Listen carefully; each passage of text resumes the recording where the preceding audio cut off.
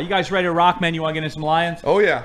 Lions. 4-4-4. Let's go. All right, first question. I'm going to do a pivot already with the news that happened last night. Tate Ratledge officially has agreed to terms with the Detroit Lions on his contract. He will be reporting to camp as soon as he can.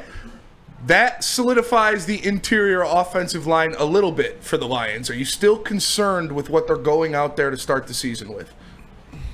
No, because, Terry, to me, there's enough known. Like, I know enough about Mahogany. You know what I'm saying? Like, I know enough about – and look, like the Ratledge thing, we have seen before that this administration, and I mean, Brad Holmes, Dan Campbell, you don't walk in the door and start, for the most part, unless it's a desperate need like cornerback was 2 years ago. But, Terry, I'm not as concerned. Like, look, now that being said, you lose Frank Ragnow. Like, yeah, like you're not going to get Frank Ragnow, but I understand that going in. Right. I'm not freaking out about one position, center, because Brad Holmes builds position groups, and he's been building this offensive line. He knew that Ragnow probably wasn't going to return either this year or next year, and he's positioned himself to get young fellas that we don't know if they can do it, but they probably can. And do you know who the offensive line coach is? Hank Fraley. Hankus Fraley, who is considered the top line coach in the NFL. I'm not freaking out. That's going to go with my number 2. I'm just going to keep that going. Hank Fraley, he is the engine behind the machine that has been the Detroit Lions offensive line for the past couple years. You've heard Frank Ragnow before his retirement say, I'm not playing for another offensive line coach other than Hank Fraley. Taylor Decker has issued that same sentiment. Penei Sewell has said how much he loves him. With a guy in Christian Mahogany who we think is going to be good, but he's only played, 2 games in the NFL, and a guy in Tate Ratledge who is a rookie. Are you less worried about them filling in because you know Hank Fraley will have them ready to go? Yeah, I mean, for sure. And in the chat, too, somebody said, you don't know enough about Mahogany. We've seen him. We've seen him, and I like what I saw. He looks good. But that was next to Frank Ragnow. 100%. Now, that's the other end of it. Yeah. But I do know. Like, I would be more concerned about Tate Ratledge because I've never seen him play in the National Football League. Mm-hmm. I've seen the other guys play in the National Football League. And you're probably going to see him play center, so you can get more worried about that. But absolutely. Somebody says this, too, and I do agree with this. If you want to pin me down on a concern, Lem's 31M, counting on Glasgow, hopefully, for 20 to 21 games is a stretch. Agree. Wholeheartedly agree, Terry. Yeah. But, I mean, let's look at the running game. David Montgomery is a motherfucker. Mm-hmm. I mean, when you hit him, he's going to brush you off. You got to hit him like 4 or 5 times. Jahmyr Gibbs is so fast that he's going to, he does go off tackle, but he's going to be through that hole in like a blink. So I don't worry about the running game shutting down because you have 2 different and exceptional backs back there.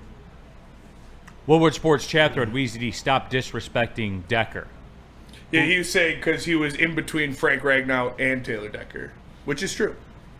Sure, 100%. Just saying, no one's disrespecting Decker around here. No, no, they're not. But in this town, he has been very disrespectful. No. It was Jeff Backus, Decker. It doesn't matter who the left tackle is. This city has a history of like saying, "Well, they're not that good." I will say this, Terry, and I'm glad you brought that up because you guys know this. This is how we work. The villain's already predetermined. Yeah. If the offensive line doesn't play well, in this town, we predetermine the villain. Mm-hmm. And that villain's going to be Taylor Decker. We all know this, right? Ricky, you know this? I think it'll be Graham Glasgow. What's that? I think it's going to be Graham Glasgow, honestly. I think they're locked and loaded on Taylor Decker. Yeah. It's got to be a tackle that people attack. Right. And not the guard. Except when he reports eligible and then refs say he didn't. That's the only other time. Them will die in the street. No. We loved him for that because the ref screwed up. Right, exactly. It wasn't him that screwed up. And I look at it as I really like the comment about trying to not rely on Graham Glasgow for 20-plus games because he is an older guy and he's dealt with a lot of injuries too. And that's why I'm happy the Tate contract got done when it did. because if Graham has to miss a game or two, I'm comfortable with Yodi playing guard. I'm comfortable with Yodi playing guard. And no one said a word about him, and we've seen it. Yeah, and like you can then swap Tate out for Graham, push Tate over to the center, and put Yodi or whoever at that guard spot if you have to for a game.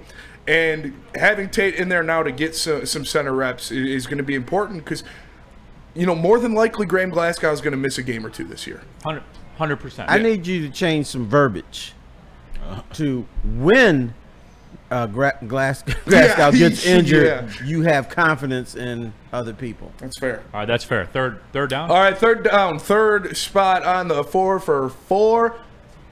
Levi Onwuzurike started training camp on the injured reserve, meaning he will have to miss the first 4 weeks of the season at least. It wasn't the PUP list; it was the injured reserve. With that, with Ali McNeil probably not being back till September. Mekhi Wingo, we don't know what's going on there.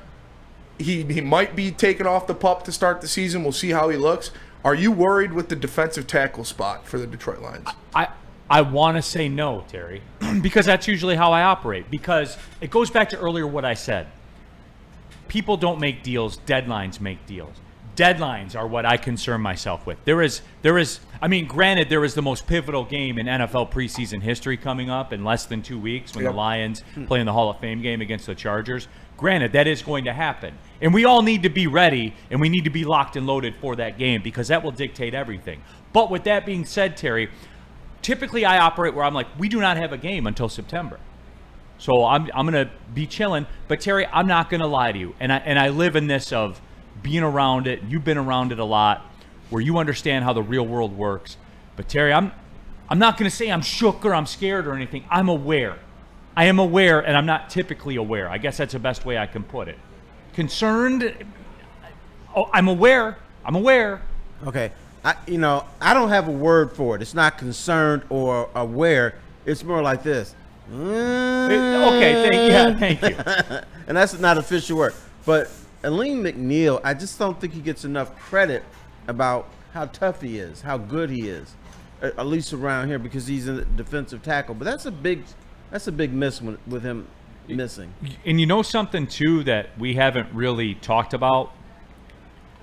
Tyleik Williams might be the starter week 1. He might be the Tyrion Arnold of the draft. Yeah. Where we don't have a choice. Right now he's the starter. Yeah, we don't have a choice. Yeah, it's going to be him and DJ Reader.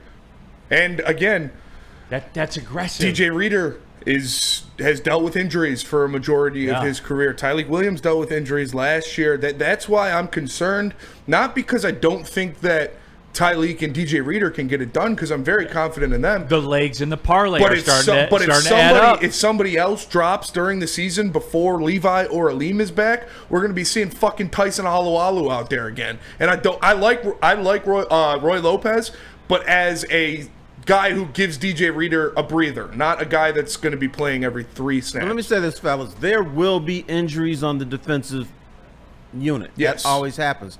But the law of averages says it's not going to be like last year. It will not be as bad. You probably get 3 or 4 guys out here, there, and blah, blah, blah. But it's not going to be a tsunami of injuries this year. I will say this, Spenny and Terry and Ricky. I do not like the fact that we're adding legs to a parlay in the middle of July. Yep. And we are. We're sitting on a parlay. If he stays healthy, if he is actually really good. We're getting to like 4 legs now. Yeah. And we haven't even started. That's a stressful Sunday. You know what I'm saying? Like, yeah, we got to hit 4 legs just to get back to even. Yeah. Now next thing you know, we're going to be doing props on the Hawaii game on Saturday night. And 2 of those legs are rookies. It's aggressive. Yes. I'm not saying it's over. Travis, don't you dick me over in the back, all right? Like, don't you do it. I'm not terrified. It's aggressive, and that's fair.